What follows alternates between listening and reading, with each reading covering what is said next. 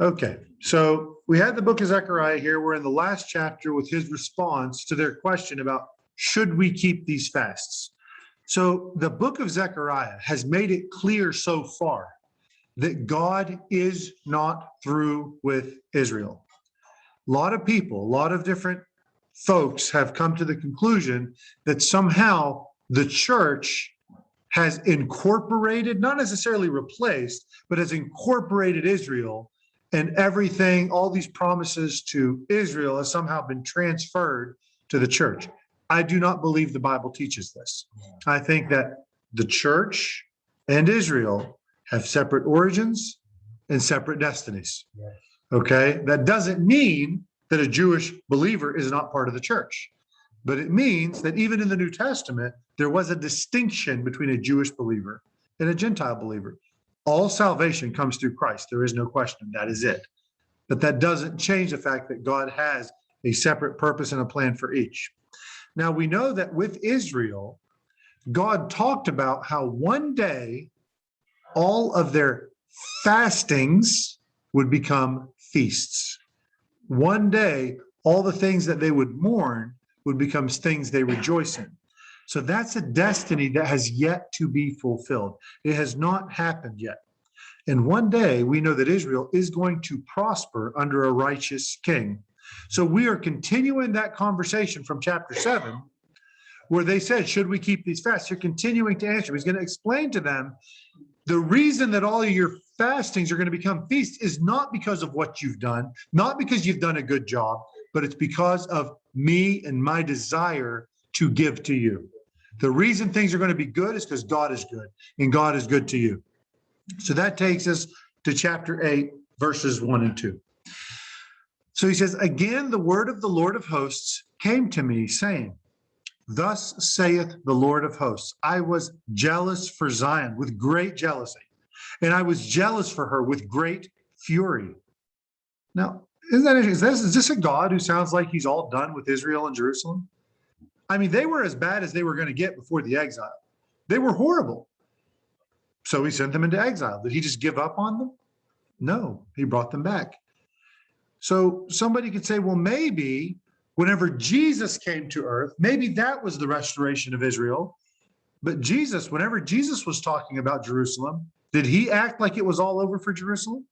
What did he say in Matthew 23, verse 37? He says, O Jerusalem, Jerusalem, thou that killest the prophets and stonest them that are sent unto thee, how often would I have gathered thy children together, even as a hen gathereth her chickens under her wings? But you would not. Behold, your house is left unto you desolate. Yet future, Jesus is saying, your house is going to be left desolate. For I say unto you, you shall not see me henceforth till you say. Till you say. Does that mean it's never going to happen? Or does that mean it's waiting for an event? Till you say, blessed is he that cometh in the name of the Lord. So this is a Messiah. Is certainly, some people will say he wants nothing more to do with Israel, Jerusalem. Nonsense. He says this is going to happen. I am going to restore you once you have accepted it, right? One day they will accept him. The remnant of Israel will accept him. So Jesus and God clearly teach us that there is a future yet for Israel and Jerusalem. Paul seems to think the same. In Romans chapter 9, verse 3, he says, for I could wish that myself, which is a big statement, were accursed. Paul's saying, I would go to hell if I could get them saved.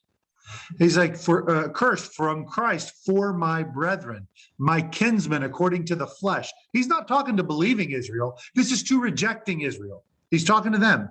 He says, who are Israelites to whom pertaineth the adoption and the glory and the covenants and the giving of the law and the service of God and the promises. He differentiates the physical Israel's promises from spiritual Israel's promises. They are two distinct things. Yes, the church in many ways is spiritual Israel. We are the people of God.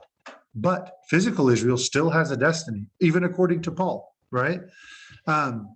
So Paul is talking about these lost Israelites that have the promises that still pertain to them. Now, later in the same chapter, we see that there is a difference between a believing Jew and a non-believing Jew, but that doesn't change the fact that the Israelites, according to the flesh, have promises. So the Jewish people today remain the people of God, the nation of God.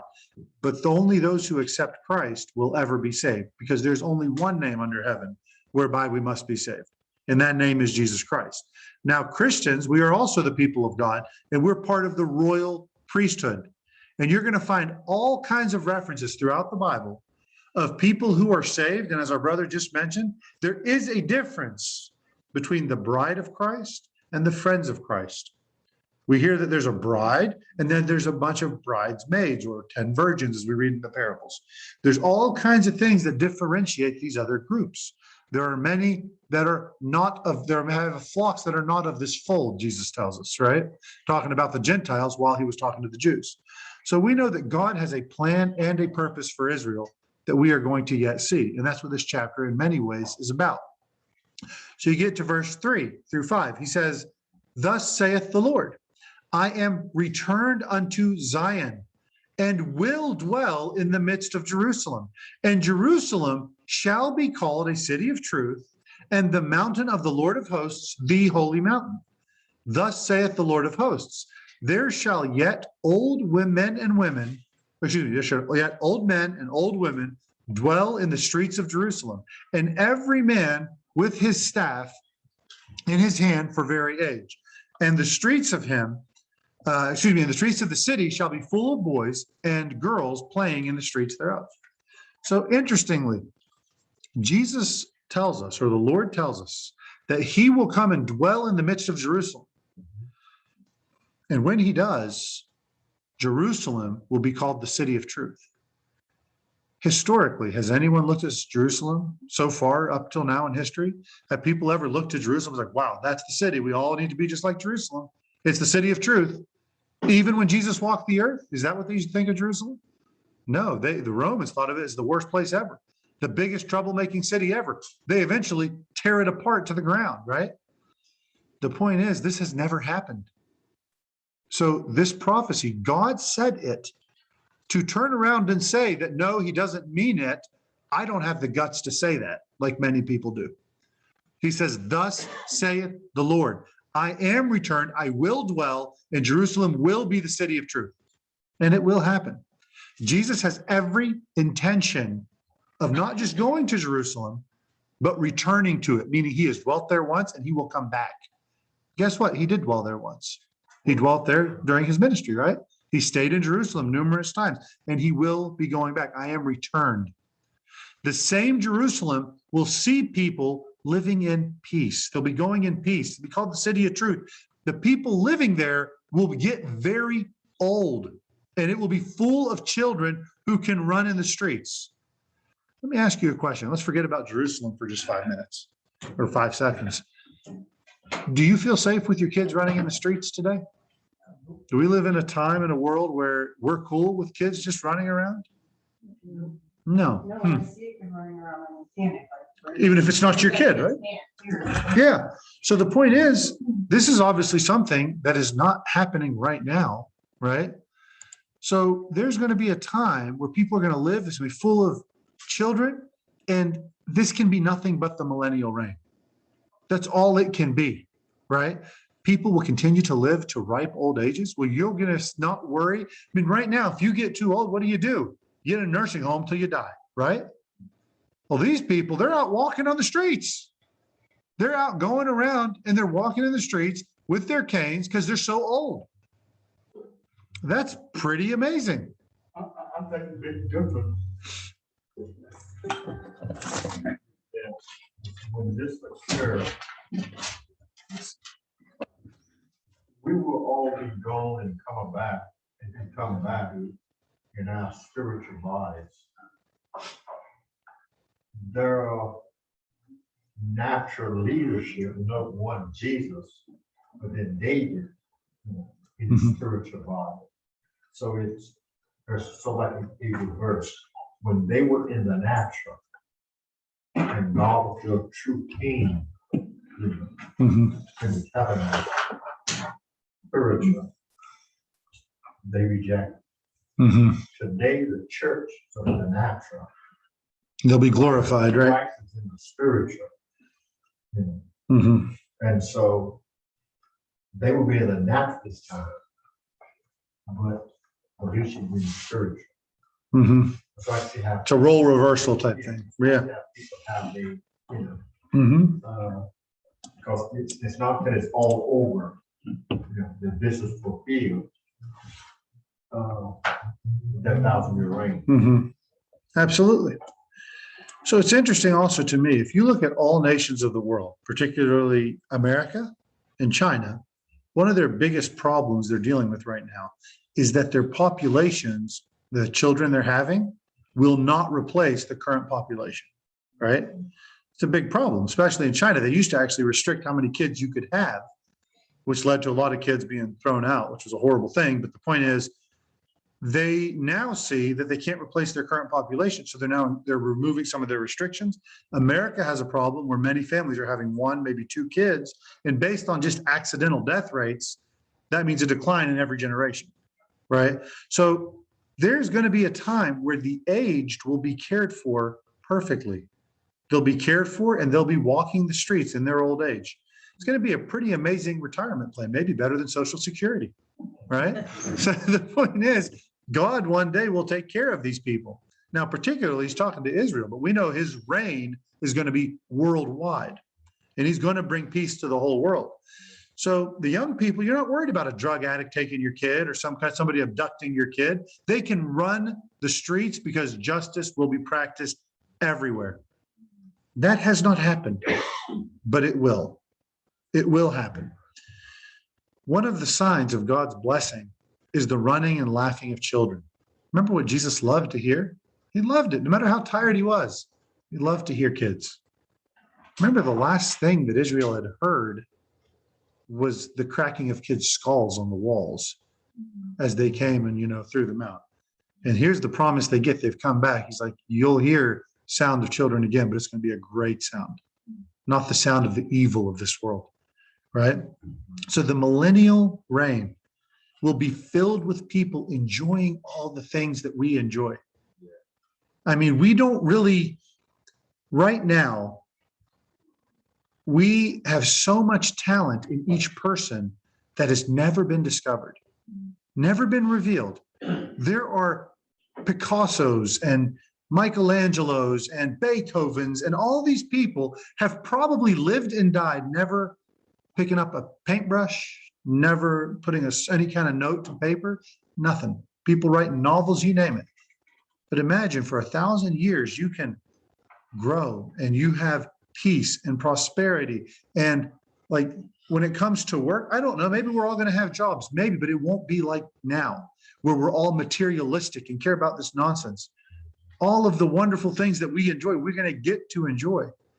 It's going to be a fantastic time.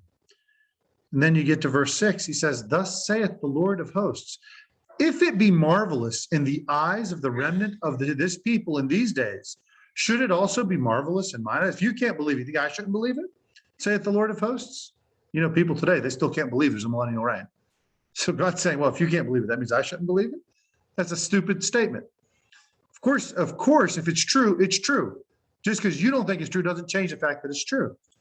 Thus saith the Lord of hosts, behold, I will save my people from the east country and from the west country.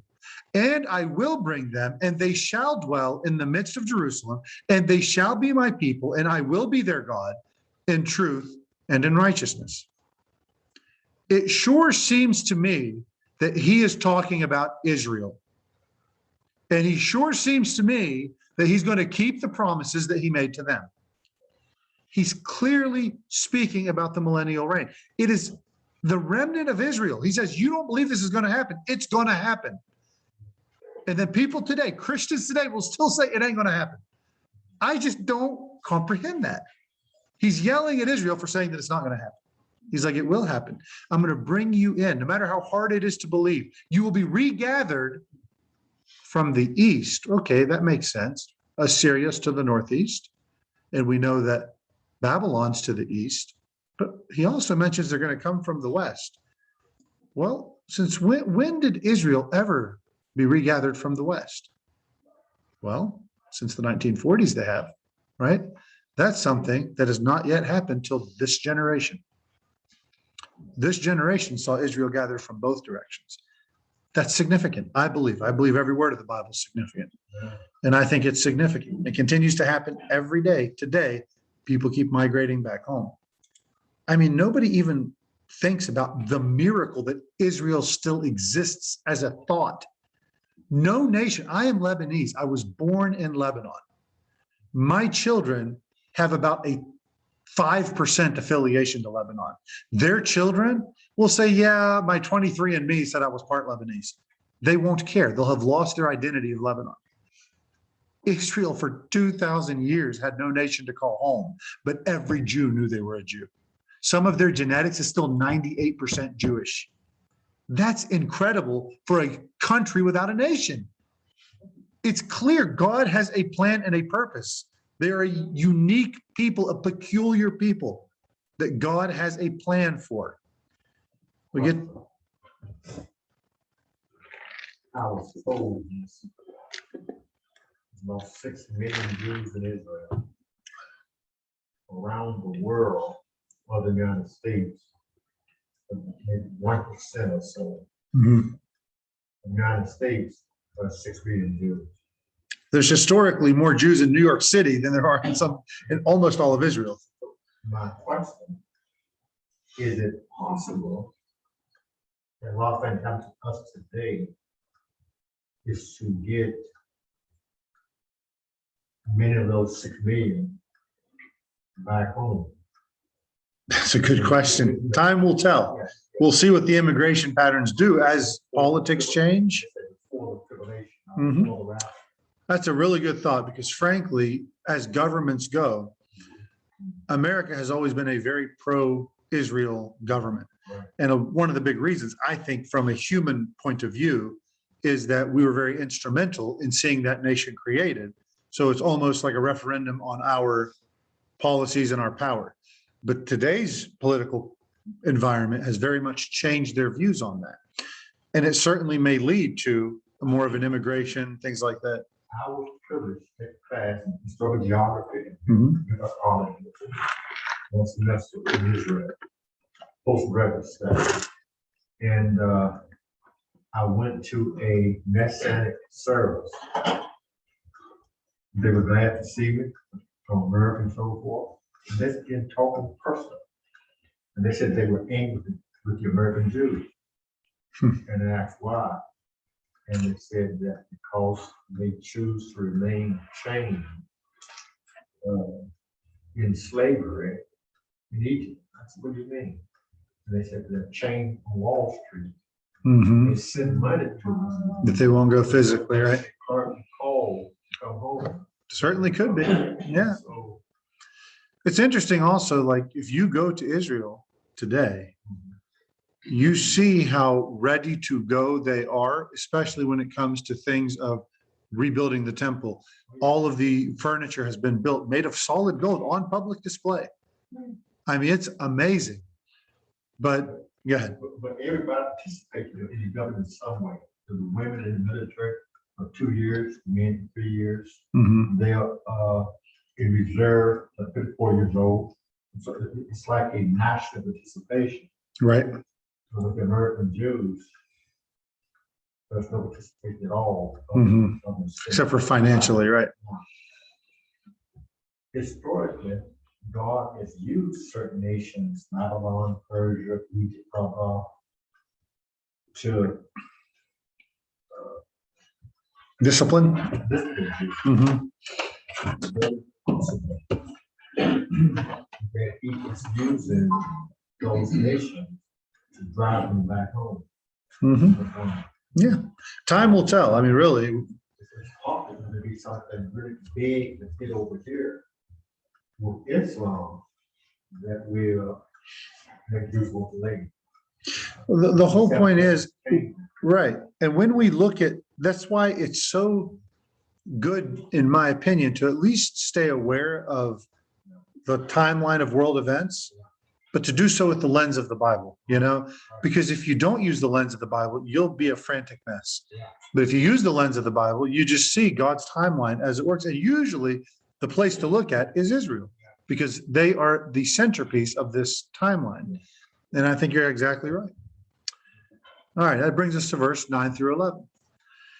He says in verse 9, "Thus saith the Lord of hosts, let your hands be strong, you that hear in these days these words by the mouth of the prophets, that were in the day that the foundation of the house of the Lord of hosts was laid, that the temple might be built.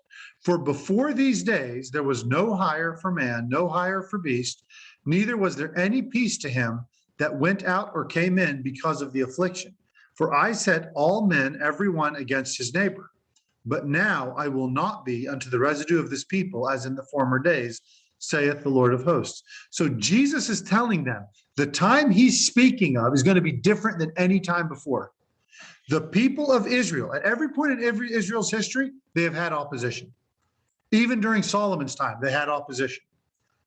That was the pinnacle of their civilization.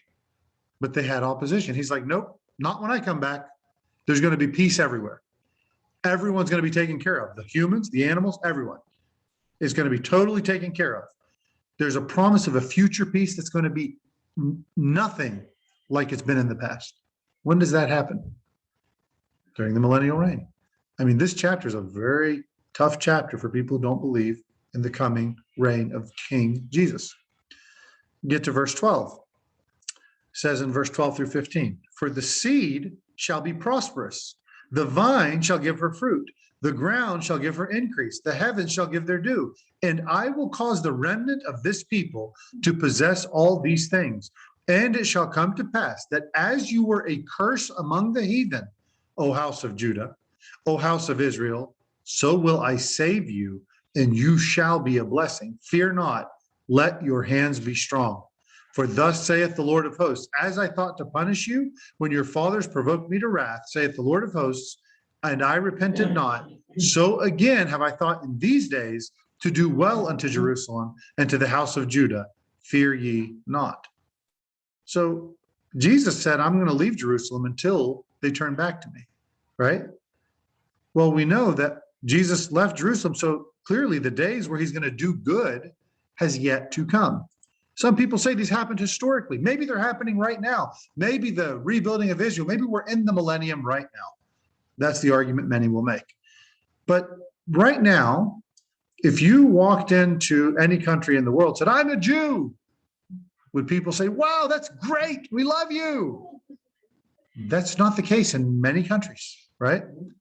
You might get away with it in certain parts of America, might get away with it in some parts of Canada, maybe some parts of Europe, but in all nations, I think not. I think if somebody calls you a Jew, or they say you're being Jewish, they probably aren't complimenting you, right? Would you agree with that? But God says that you used to be a curse. When this day comes, it'll be an old thing to say that a Jew is a curse. Actually, to call you a Jew will be a blessing.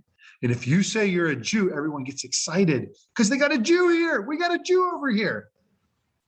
If somebody said that right now, you could expect some ridicules coming, which is, wrong. But the fact is, that's the world. But one day that won't be the case. One day being a Jew is the most favorable position you can hold. Has that happened yet? Does anybody want to try to argue that point? Maybe tell the Nazis that, or all the different groups that have oppressed Israel throughout the years? Of course not, right? Get to verse 16 and 17. It says, these are the things that you shall do. Speak ye every man the truth to his neighbor. Execute the judgment of truth and peace in your gates. And let none of you imagine evil in your hearts against his neighbor. This is going back to that previous chapter, right? And love no false oath, for all these are things that I hate, saith the Lord. So the day is coming where people are going to dwell peacefully with one another. Truth and justice will reign supreme. You will not lie because you'll have no reason to lie. You will turn on, you will deal well with others. These are the values of Jesus. These are the values he brought to earth.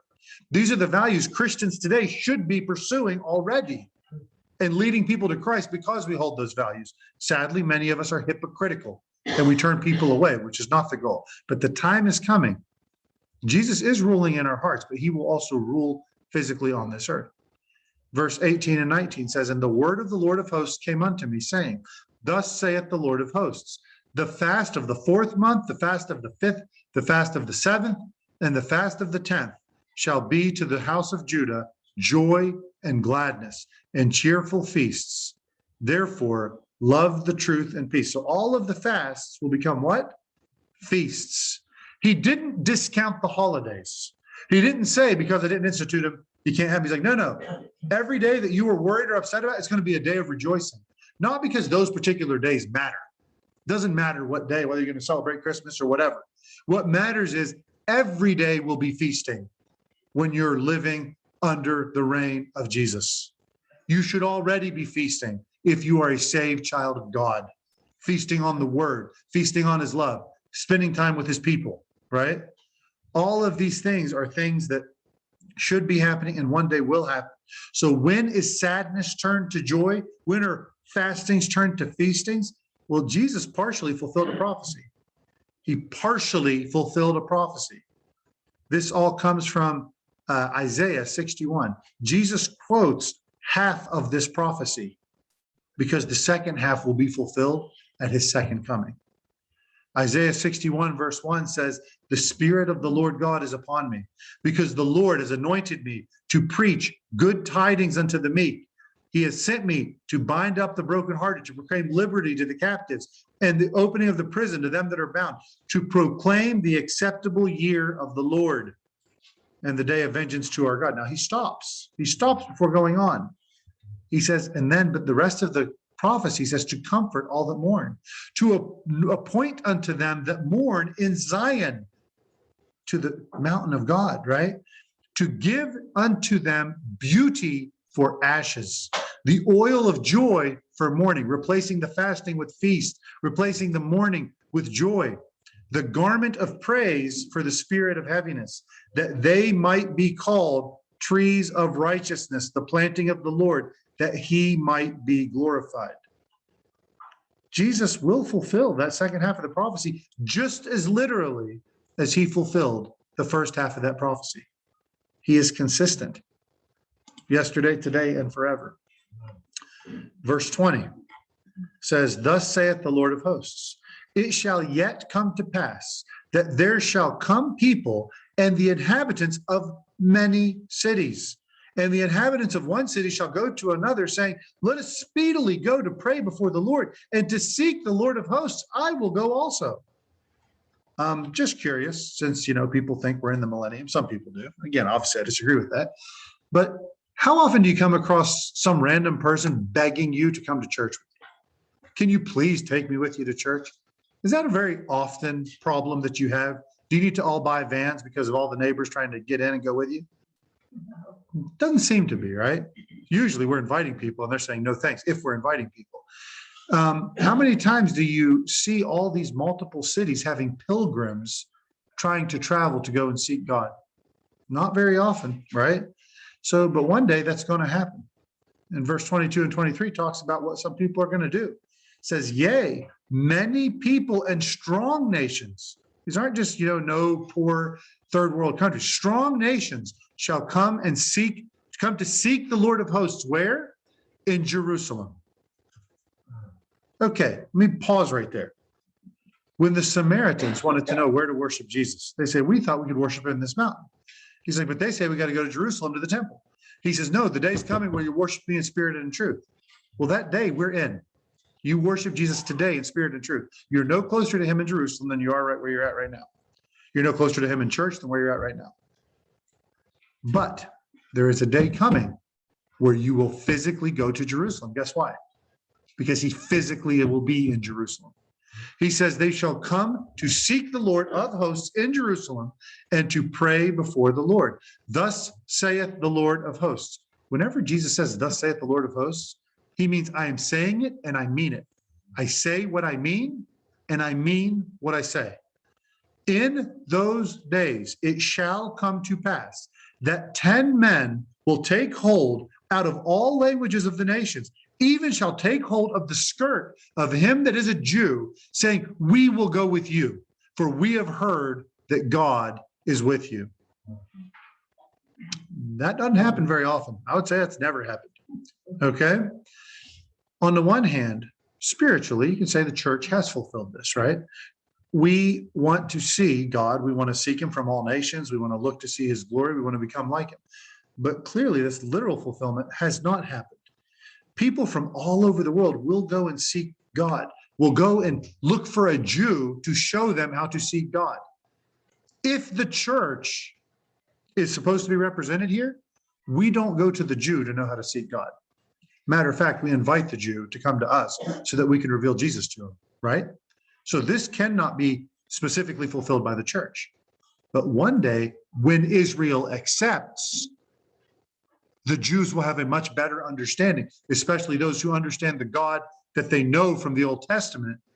They'll have a much better understanding because they have a more cultural awareness of God, because their whole lives have been wrapped about him. They don't realize it yet. But once they realize it, they're going to be the experts on the subject, right? So this will one day happen. They're going to seek out a Jew to learn more about God. This has not happened historically. It will happen in the future. 10 men grabbing a Jew saying, bring me to your leader, right? It's essentially what's going to happen. Take me to your Jesus. What a wonderful thing to look forward to. Every ounce, everything that we look at in the Bible, every feast, every whatever, look at what God is doing. Don't use your made up fasts as a reason to worship God. Don't say, I'm only going to go on a Sunday. Praising God has nothing to do with Sunday morning. Praising God has to do with every morning. It has to do with everything you do. Everything. He never once tells them, keep your feasts or don't keep your feasts. He says, but when you've given your life to me, it's going to be feasts, not fasting. Everything, take joy in the Lord. Rejoice evermore. Rejoice always. And again, I say, rejoice. God bless you guys. That's the end of chapter 8. Any questions?